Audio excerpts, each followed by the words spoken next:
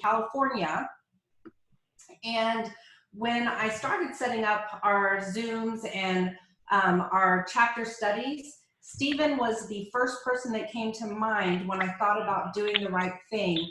And what's funny is I couldn't really put my finger on why. And we were talking just a few minutes before we came in together with all of you. Our chapter studies, he has a written out system and a way that he makes his decisions. And so, of course he does. Steven, thank you so much for being here. Thanks for having me. I feel grateful and excited to talk with you guys today.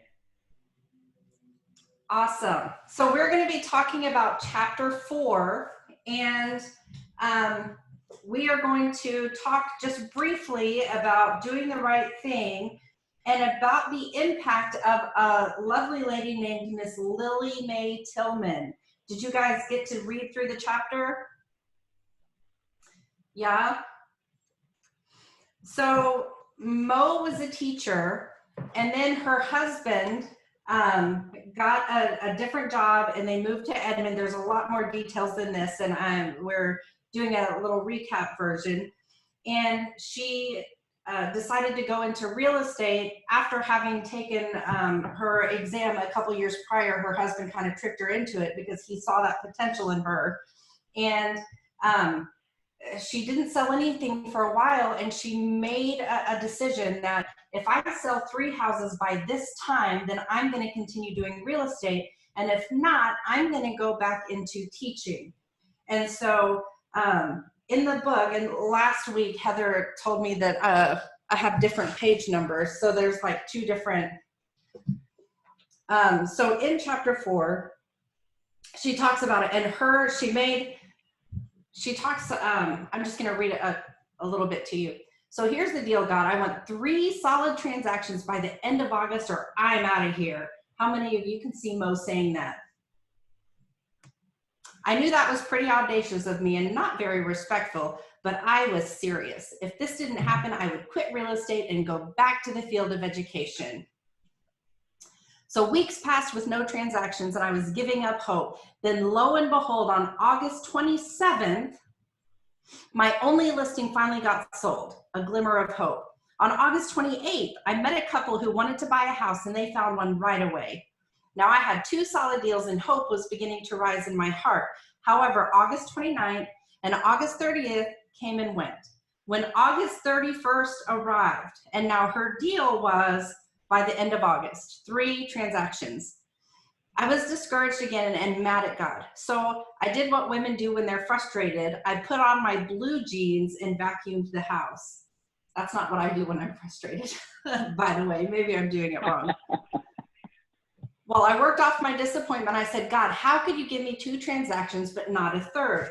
And so the story goes on to share how Mo ended up being called and showed a house to some buyers, and they wanted to make an offer. And then they said to her that they had been working with Miss Lily Mae Tillman for a couple weeks, and that she had really poured into them and done her job. And so Mo did the right thing and said, well, then you should absolutely let Lily Mae Tillman work with you.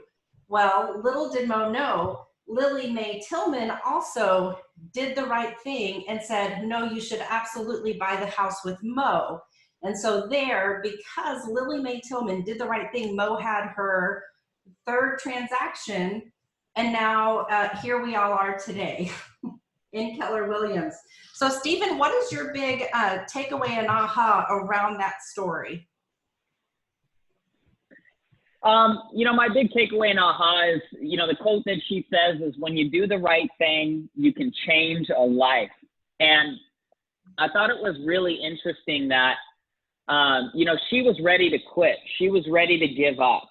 And had she have given up at that point, sure, she would have made a good impact in the education space. And yet she would have never gotten that opportunity for Keller Williams. And none of us would have been here today because of, the culture that she helped create.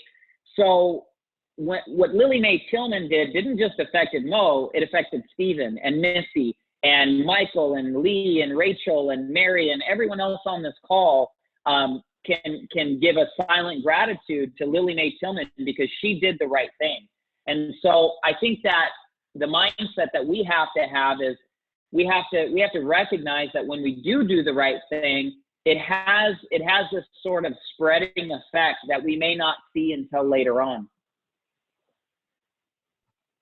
Yeah, I totally agree. I think what's interesting, I don't know about you, I'm sure a lot of you also in the real estate space, I understand we're all in different different industries or in different parts of real estate.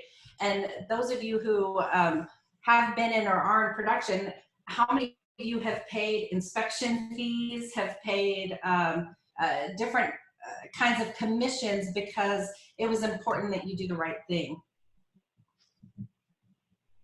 So Steven, when we were talking before we let everyone in the room to join us, you talked about your belief system a little bit and why and how you do the right thing. Would you talk to us a little bit about some of what you shared? And you guys are going to want a pen for this, I'm sure. Yeah, I think, you know, as a quote in bold says, when you change the way you look at things, the things you look at change. And so I think it starts with perception. And there's two kind of definitions of integrity. There's the definition that we all traditionally think, which is it's that moral uprightness. It's that ability to do the right thing. It's being morally correct. And then there's also the other definition where it talks about the completeness and the wholeness of something. So I might say to you, you know, this deck in the back of my house is lacking integrity because it's not full. I know that if I poke my finger through the wood, it would just go right through, right? If it's compromised. And so we sometimes might say, you know, the earthquake compromised the integrity of the building. And what it means is the structure of the building. So if you really want to be a person of integrity, you actually have to start off with a strong mental foundation for integrity. And you have to really start off with that belief system that allows you to do the right thing regardless of what you perceive the negative consequences to be. So, so with that being said, what's the belief or the mindset? Because, you know, if we were talking about listing presentations today or pre-qualifying, it's really easy for us to dive into the mindset that we need to have in order to influence the client or in order to build the relationship. But when it comes to integrity, it's something that has become very subjective in our culture. And it's something that people have tend to define in their own way. And that's good in certain areas. And yet when it comes to doing the right thing, everybody has to have a really clear definition of what that is, or else, you know, my acting in integrity may not be your acting in integrity, and then there's no real integrity there. So with that being said, you know, the first mindset that I have, and this is what I was sharing with Missy, is that if you want to be a person of integrity, you need three things. You need to know God, you need to know yourself, and you need to know other people. So know God, know yourself, know other people.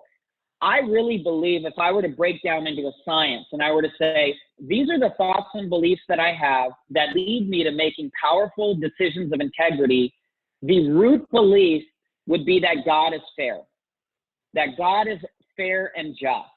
And I really believe that that happens on both ends. If we're in a financial agreement, Missy, and I do something that takes money away from you and I'm not fair, I 100% believe that that's coming back to me in a negative way.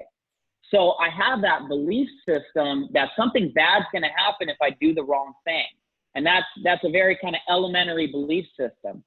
And then the second belief is I believe that God's going to reward me if I do the right thing. Now, Missy, question for you. Has there ever been a time where you're faced with a hard decision and you did the right thing, taking a step out in faith, and God rewarded you way more than you can expect? Every time I've made the decision to do the right thing when it would or could negatively impact me, I have been rewarded abundantly. Exactly. So we have the real life examples. We know when we do what's right, we get rewards. And the thing we have to remember is that we're finite and God is infinite. So we're finite and God is infinite. So he already knows and has declared the end already. So he already knows what's going to happen a week, a month from now. And so I take rest and confidence in that fact that when I make a good decision to treat you right in business or to treat someone right, I have joy because I know even though it may feel like I might be losing money, God has something way better around the other corner for me, and it's going to be much more valuable. So that's the first kind of basic belief I have. The second thing is the consequences of losing my integrity. Now, we really need to think about this because we're in a business where our reputation is everything, right? Can everyone agree with that our reputation is really important in this business? So what are the consequences of losing your integrity? Number one, you lose your reputation. If Missy has a business opportunity and she's seen me lie, or she's seen me cheat, or she's seen me secretly blow up in anger at one of my family members and then claim like I'm a nice person in front of a camera, then what's going to happen? She's going to say, you know what? He's not ready for that opportunity. I don't want to be in business with him because if that's how he treats them, how's he going to treat me? So I have that belief that if I lose my integrity now, I'm going to lose my character later and my reputation. There's also the negative consequences of guilt. How many times have you edged on the corner of integrity? You made a bad decision and that guilt kept you up at night. There is nothing worse than being kept up at night from a decision you made a long time ago, right? So it's that guilt, it's that shame, it's that fear, and the most important thing is the loss of trust. When you don't act in integrity, you lose trust with your audience or your friends or your sphere. The third belief I have is that trust is the most valuable currency there is. So how many of you would like to have $1 million at the end of this month? Like you just get a check for $1 million, right? We would all love that. What would you rather have, that? Or would you rather have Gary Keller, Mo Anderson, Monica Reynolds trust you with their lives? I would rather have that one. And let me explain why. Because the $1 million can only do so much for you. But with connections to people like Gary Keller, Monica Reynolds, Mo Anderson, that could bridge me into opportunities that earns me 10, 20, 30, 50 million in my future self. So I have to look at it like money is a thing and it can be used for things, and yet trust is the most valuable currency I have. So in any dealing, the actual self-talk I have is, am I adding trust to this relationship or am I taking away trust? There was a transaction I was working on recently, and there was a couple of details that the lender failed to disclose to the client. And the client was under the perception that the mortgage payment was going to be less, the interest rate was going to be less, and the HOAs were going to be less. And they asked me my opinion on the home, and I said, I can tell they were ready to write an offer, they were ready to go forward, and this deal was going to be done. And they said, well, we want to buy it because based on this. And I said, whoa, that's not the interest rate you're going to get. Who told you that? And number two, that's not the payment you're going to have. Let's sit down and talk about that. And I walked them through the payment and that their lender didn't do, and they still wanted to go forward with the transaction, but they also went into it eyes wide open. And from that point forward, she was in a networking group, and she said, you know what? I've worked with 4 realtors, and Steven was the only one who walked me through the good, bad, and the ugly. And so that trust will get me 5, 10, 20 referrals over the next 10 years. But if I just wanted a $12,000 commission, I could have said, let's go ahead. Let's get the deal started. Worry about the payment later. So you actually end up making more money when you see trust as your currency. I think a benefit of integrity is that people tend to treat you with more respect. when they know that you're absolutely congruent and that you can't be moved on the basis of money or fame or praise, and they know that no matter what, you are going to stay the same way, you get a level of respect that is just invaluable. I had one lady tell me, you know, Steven, I don't follow you because of your real estate scripts or your Facebook group or any of the coaching tips that you give. I follow you because I see the way you treat your wife. And I was like, whoa, where did that come from, right? And I was not expecting that. And yet, you know, because when people see the way you treat your family, they know that if you're an outsider, you're going to get better treatment than that no matter what, right? So it's that integrity. You have to be the same person at home than you are in the office. And this is a quick side note. This is something that I think is really, really challenging for people, because I think we tend to wear two faces. We have our office face, our real estate face, and then we have our home face. And we tend to let all of our stress out at home. And I think one of the ways that you can really do that is you can rate yourself daily, you know, on a scale of 1 to 10, how congruent am I? Am I showing up with the same joy and energy to the listing presentation that I'm doing with the date for my wife? Am I showing up with the level of gratitude for my dad that I have for the client who just referred me? So you have to kind of do an integrity check every day. The last point I want to make on that, in this section, is that society is not my standard of integrity. God's truth is. And this is really important, because what you subscribe to as your source of integrity or your source of values determines what you believe the right thing is. So, you know, we all know the scandal that happened with President Bill Clinton, right? And it's a really terrible scandal to talk about. But one of the things that he did right after that was he tried to redefine what that certain thing was. So having said that, he got up there and he basically gave up all integrity in the nation's eye within a moment and said, this is not what that is because I didn't do this.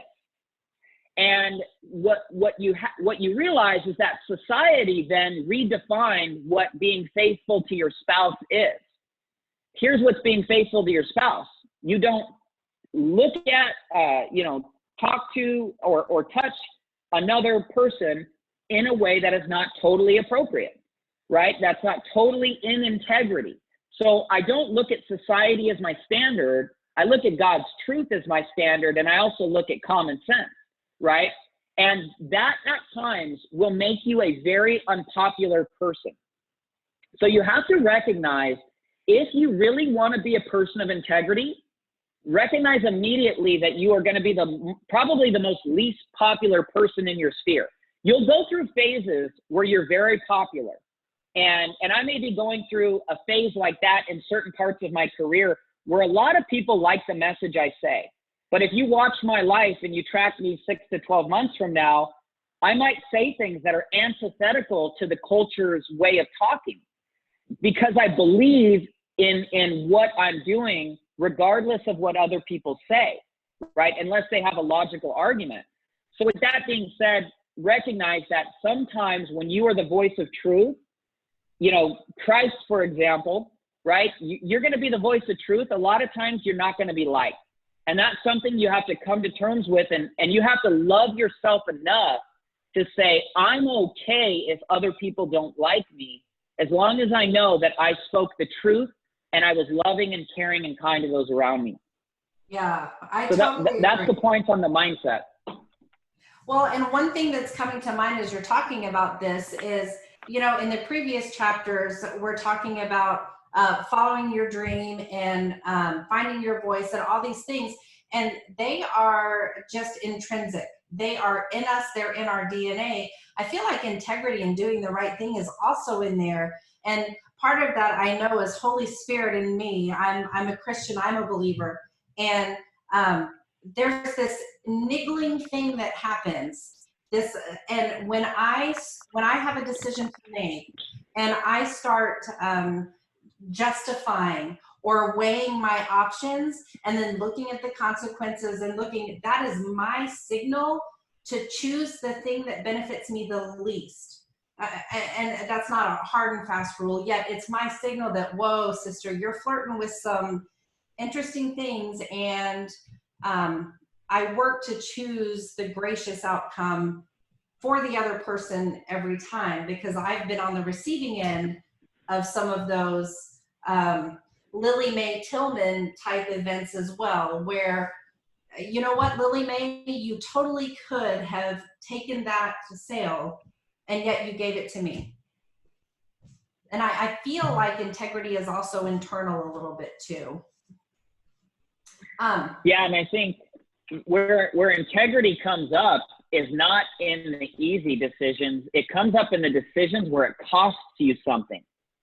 So that's really the only time when your integrity is in question, is when you have a decision to make where you're going to lose something.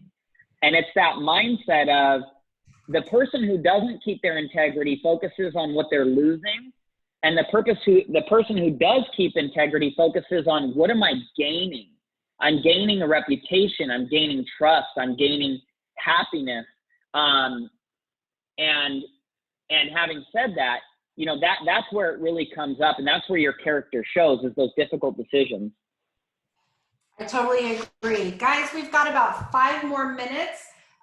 Any big ahas you'd like to share? Any questions for Steven? I trust you seeing him what I've seen. The guy has, he's always working on self-awareness, has a system for everything, and really always, Vicki Taylor in Atlanta, he is amazing. So what thoughts, ahas, and questions do you have?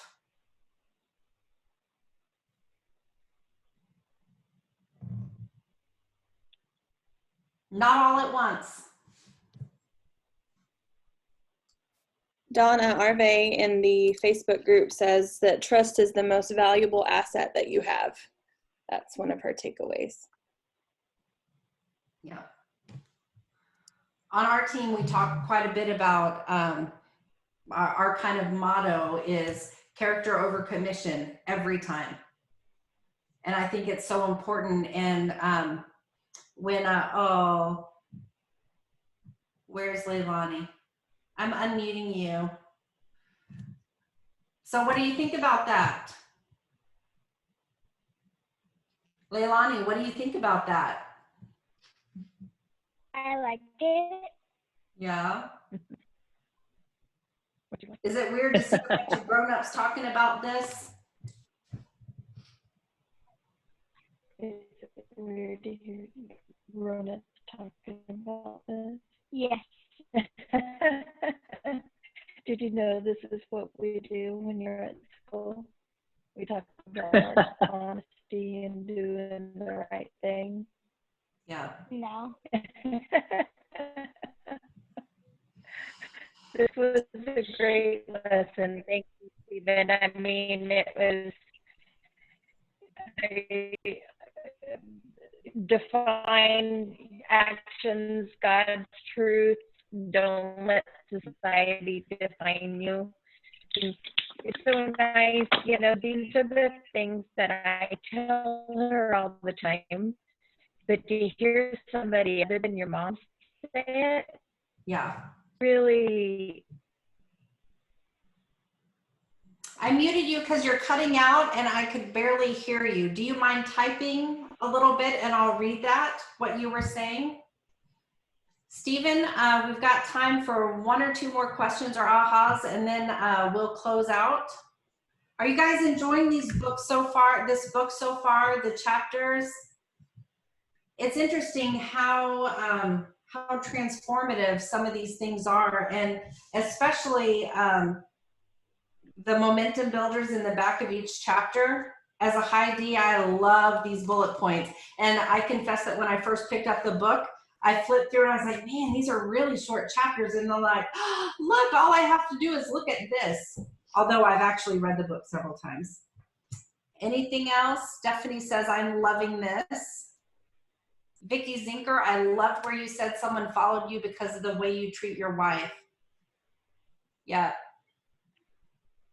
So one last thing on that, Missy. I think that, there's a Bible verse, right, that says, he who is faithful with little things will be faithful with big things as well. And this is how I've cultivated integrity in my life, is with the really, really small things. I don't speed. I don't run stop signs. It could be my wife will laugh because we'll be in like a dark night and it'll just be us on the road, and I'll stop at the stop sign and I'll look both ways, right? Now, you don't have to be that crazy. And yet the habits you build with the small things turn into the big decisions later on, because it's all about decisions. And when you make good small decisions, you develop a sense of self-control that allows you to make bigger and better, bigger decisions. So when it comes to, if someone says, why didn't you go to that event? Rather than lie and say, oh, I had something going on. You know what? I didn't really see that it was of value to me. I will be completely honest. It wasn't something that was particularly relevant to me at the time. And having the courage to say exactly the truth and be that same person everywhere is really tough. And yet it gives you a freedom that you will absolutely thrive on. Steven, do you have time for one more question? Yeah. Okay, Vicki Taylor, I'm going to unmute you so you can ask your question. It's a great question.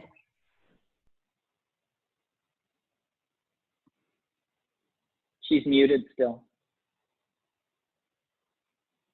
Hi, Steven. How are you? Incredible, Vicki. Thank you. Well, thank you for being here. My question is and it's coming from a personal space, is that, was there ever a time that your mindset had to change to see that your good deeds had rewards? I had to learn this lesson about 4 years ago, and when I changed my mindset, my business changed. So I'm just asking you if you ever had that happen, or has this how you've always been? No, that's a really good question. Actually, I was the opposite. Up until 17 years of age, I was totally selfish. I was, would lie, would cheat, would steal, would do the complete opposite, because I lacked direction in my life. And when I met God, when I was 17, my entire life changed. So that required making some really, really difficult decisions and being totally honest with a lot of things. And it was nothing but negative consequences for a couple of years. So having said that, what I held on to, hope is the thing that we hold on to. It's the unseen promises of God or of a better future that we need to hang on to in times of uncertainty. So I would replay in my head the future benefits. I know that if I'm honest in this situation, I'm going to have a clear conscience. I'm going to have more energy. I'm going to have more respect for my coworkers and colleagues. And I would just kind of replay those benefits in my head all the time. And that might have been, that might be easy in certain situations, but it could be really challenging maybe, with kids, right? Maybe you're challenged with a thing where, you're faced with a difficult circumstance and you have to tell your kids, look, we're not going to go on that vacation because mommy didn't prospect enough. And the only reason I didn't prospect enough is because I was scared of rejection. So I'm sorry I have to cancel the trip. And yet I'm going to work on this with my coach, and I'm going to get better, and mommy's not going to let you down again. And that could be a really difficult conversation to have. And yet keeping your word and keeping in integrity will give you more personal power than anything else. It's the one thing that will make you so confident that prospects and people and clients will not be able to resist, because we love people who are totally congruent. We look up to them. And so, you have to, it's like, Lincoln, right?